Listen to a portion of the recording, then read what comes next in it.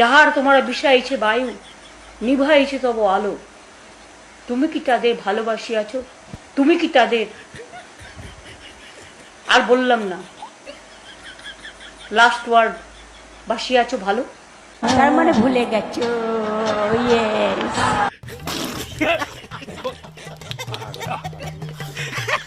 আমার বাড়ির সামনে লুম্পেন পাঠিয়ে বলছেন হার্ট অ্যাটাক হয়ে মর। আরে আমি এখন মরবো না যতদিন তোদের সরাবো না। আমার কথা ছেড়ে দিন, আমি চ্যালেঞ্জ দিয়ে গেলাম এই পুলিশকে, কতদিন মিলিটারি পুলিশ আপনাদের বাঁচাবে? তারপর আমাদের পায়ে না ধরলে কামারহাটি চালানো যাবে না। আমি মদন মিত্র আপনাদের বলছি, ठीक है আপনারা ডেট আর টাইম আর জায়গা বলে দিন কবে মারবেন। ठीक है रुको जरा सबर करो। নমস্কার বন্ধুরা, সবাই কেমন আছো? চলে এলাম আরেকটি ভিডিও নিয়ে তোমাদেরকে হাসাতে। আজকে ভিডিওটা ভেরি ভেরি ইন্টারেস্টিং হতে চলেছে, তাই কেউ স্কিপ না করে ভিডিওটি সম্পূর্ণ দেখবে। তো বেশি বকবক না করে মজা নেওয়ার জন্য রেডি হয়ে যাও। अभी मजा आएगा ना भिड़। আচ্ছা, তোমরা কি জানো পশ্চিমবঙ্গের এই মুহূর্তে বড় খবর কি? সেটা হলো কে কত বেশি ভালোভাবে অ্যাক্টিং করতে পারে। প্রথম অ্যাক্টর ভাইপো, ডিম দিয়ে ডিজে বাজানোর পর অ্যাক্টিং শুরু। 4 তারিখ মমতা বন্দ্যোপাধ্যায় যতই উদার হোক, আরামবাগের স্টিয়ারিং আমার হাতে থাকবে।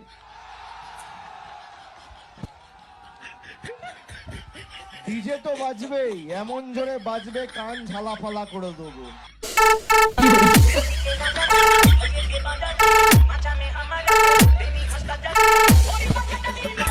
रोम भाइयों सिस्टम पार देंगे।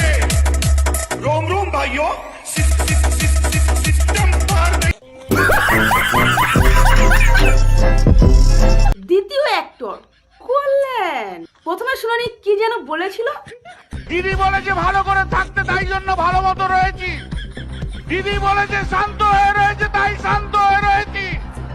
কিন্তু জেনে রাখো, বলে দিয়ে যাই আজকে, যদি কখনো কোনোদিন কোন বিজেপির লোক যদি বলে হাত ভেঙে দেবো, হাত কুড়িয়ে দেবো, আমরাও বলে যাচ্ছি, আমরাও লড়াই করা লোক, তৃণমূল কংগ্রেসের কর্মী আমরা।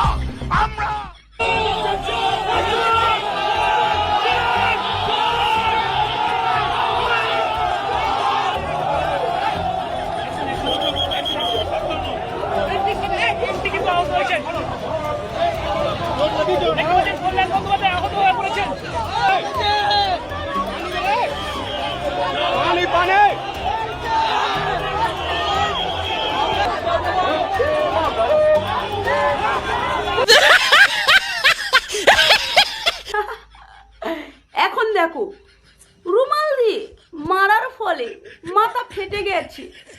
অ্যাক্টিং। खेल तो बहुत सा खेल है सर, चू कित कित भी खेल है। चू कित कित में चू धरा 400 में। कित कित कित कित कित कित कित कित कित कित कित कित कित कित कित कित। Relax. See you not for mind. এবং তৃতীয় অ্যাক্টর, সেটা হলো কুনাল।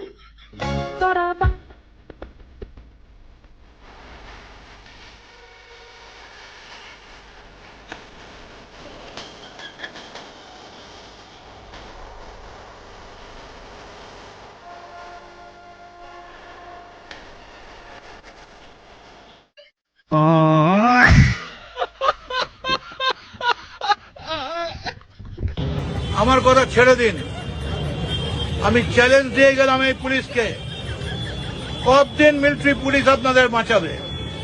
তারপর আমাদের পায়ে না ধরলে কামারহাটি চালানো যাবে না।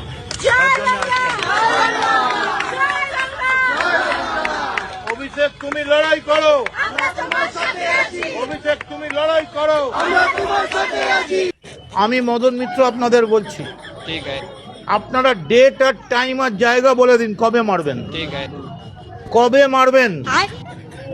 অভিষেক কেন, আমাদের সবাইকে মারবেন। আমরা সব এমএলএরা একসঙ্গে যাবো, মারবেন আমাদের। बस हवा निकल गई। আমাদের পিসিমণি সাংবাদিককে ধাক্কা মারছে, দেখো।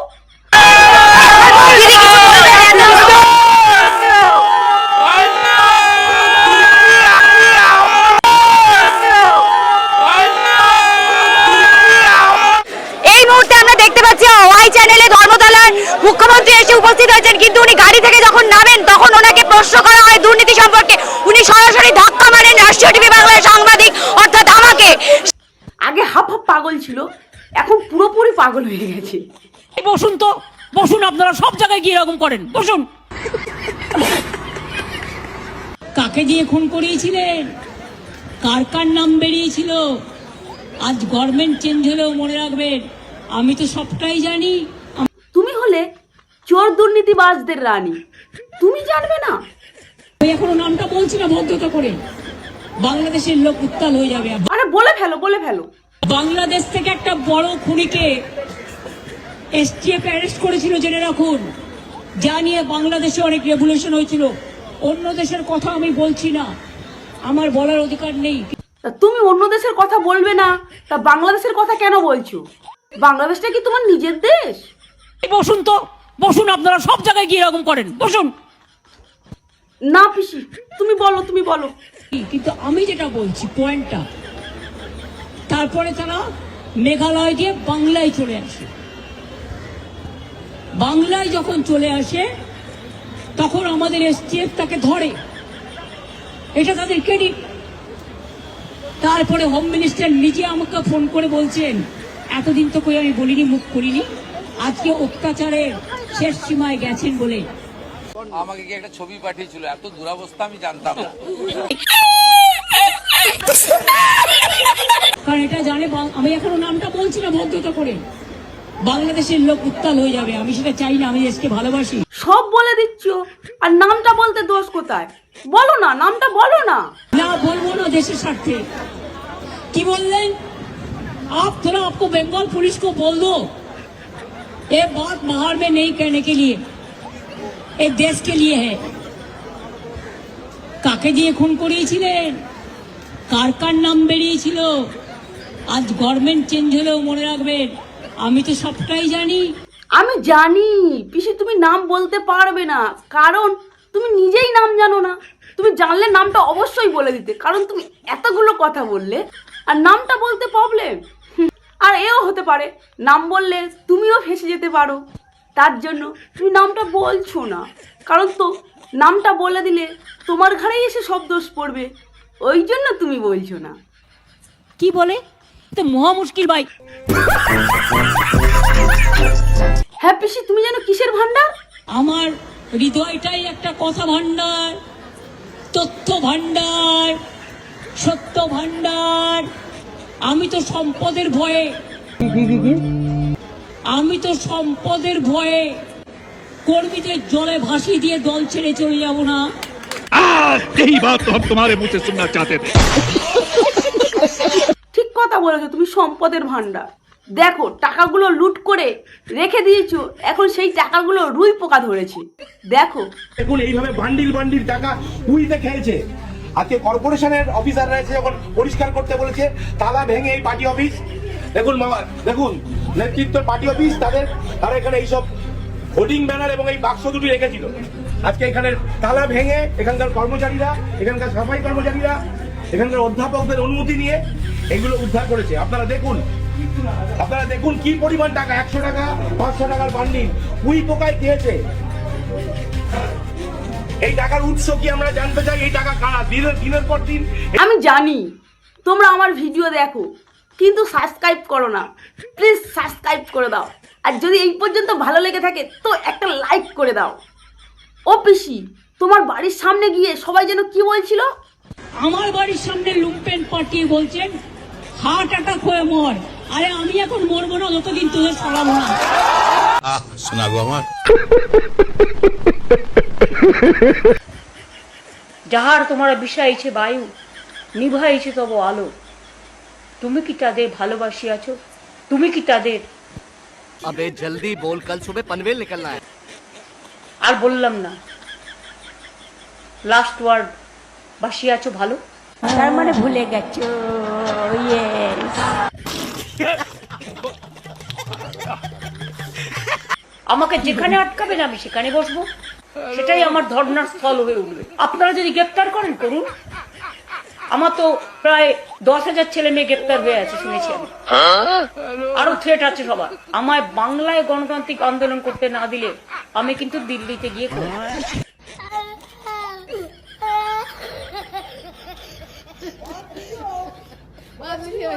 এইখানে দেখো রচনা ব্যানার্জি পাল্টিবাজ। যে এবারের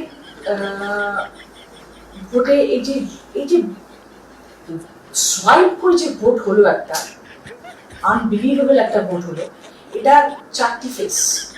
আমরা কিন্তু সত্যি কথা বলছি, এটাতেও আমি জানি না ট্রোল হবো কিনা, ট্রোল কুইন আমি না, তো এটাতেও জানি না আমি ট্রোল হবো কিনা, যে অ্যাকচুয়ালি কিন্তু যে এত জায়গায় এত বিধায়ক ছিলেন, সবাই কিন্তু আর্থিক সময় জানতেন না কি বিধায়ক কোন জায়গা, মানে সবাই কিন্তু পদ্মফুল সাইনটা দেখেছেন প্রথমে টিপার আগে, এবং যে 4টি মুখকে দেখে ভোট দিয়েছেন। প্রথম হচ্ছেন আমাদের prime minister Narendra Modi, home minister Amit Shah,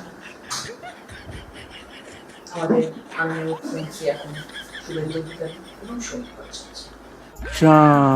এই 4জন ফেস ছিলেন পশ্চিমবঙ্গে। এই 4জনকে দেখে কিন্তু এবারের ভোট হয়েছে। বাকি কিন্তু সত্যি কথা বলতে আমার মনে হয় না এত যারা দাঁড়িয়েছিলেন বিধায়করা, এত লোকের নাম কেউ জানতেন। সবাই দেখেছেন কোথায় পদ্মফুল মিলে গেছে। যখন একটা তুফান আসে, যখন মানুষের মনের মধ্যে এটা ঢুকে যায় যে আমরা কিচ্ছু চিনি না, আমরা পরিবর্তন চাই, এটা তো মানুষের মধ্যে ঢুকেছিল, যেটা বিশাল বড় পরিবর্তন চাই, যেটা বুঝতে পারিনি। মানুষ পরিবর্তন চেয়েছিলেন বলে পরিবর্তন, মানুষের মধ্যে প্রচুর ক্ষোভ জন্মেছিল, সেই ক্ষোভটা হয়তো বেরিয়ে এসছে সামনে। সবটাই কিন্তু হচ্ছিল। वाह दीदी, वाह दीदी, दीदी वाह दीदी। তোমাদের জানতে ইচ্ছা করে না যে তৃণমূল সংসদে যেসব নেত্রীগুলো ছিল তারা এখন কোথায়? সোশ্যাল মিডিয়া থেকে যে ভিডিও পেলাম, সেই ভিডিওতে যাকে দেখছেন আপনারা শারীরিক কসরত করতেন, তিনি হচ্ছেন সায়ন্তিকা বন্দ্যোপাধ্যায়। বরানগর থেকে লড়াই করেছিলেন, হেরে গিয়েছেন। হেরে যাওয়ার পর দলে কোথায় তিনি? না, তিনি দলে নেই, তিনি কর্মসূচিতে নেই, মমতা বন্দ্যোপাধ্যায়ের পাশে নেই, তিনি ওয়াক আউটে ব্যস্ত।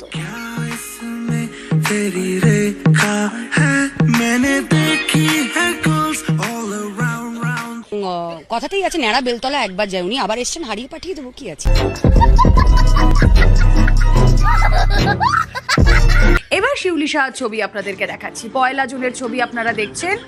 তিনি বৈঠকে এসেছিলেন শিউলি সাহা, কিন্তু আজ 2 জুন মমতা বন্দ্যোপাধ্যায় একটা ধর্ণা কর্মসূচি করছে। আগে পিছে ডায়ে বায়ে কোনো কম্পিটিশন নেই আজ আর। সায়নী ঘোষের কথা বলছিলাম। সায়নী ঘোষ এখন কলকাতার বাইরে রয়েছেন, 9 জুন ফিরবেন, তাই সায়নী অনুপস্থিত। জুন মালিয়া, তিনি তৃণমূল সাংসদ, কিন্তু এখন তিনি শুটিংয়ে ব্যস্ত। আগে সব ছেড়ে ছুড়ে হলেও দলীয় কর্মসূচিতে জুন মালিয়া প্রেজেন্ট প্লিজ ঠিক বলতেন।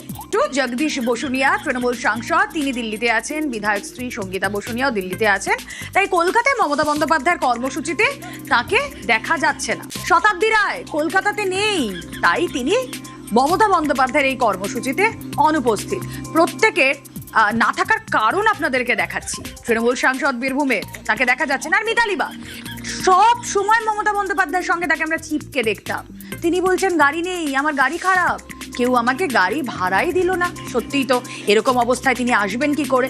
তবে তিনি বোঝাতে চাইছেন বোধহয় তার সদিচ্ছার কোনো অভাব ছিল না। আমাকে কি একটা ছবি পাঠিয়েছিল, এত দুরাবস্থা আমি জানতাম না। এত দুরাবস্থা, এক ঝুড়ি লোক, 150টা লোক আসেনি। আপনারা তো সাংবাদিকরা গেছেন 200 জন, আপনার 200টা সাংবাদিক না থাকলে তো আর করুণ অবস্থা।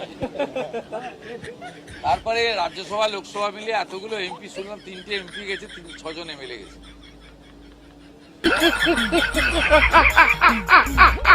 তো বন্ধুরা, ভিডিওটি আমি এখানেই শেষ করছি। ভিডিওটি কেমন হয়েছে জানিও, ভালো লাগলে একটা লাইক, একটা সাবস্ক্রাইব করে দিও। টাটা।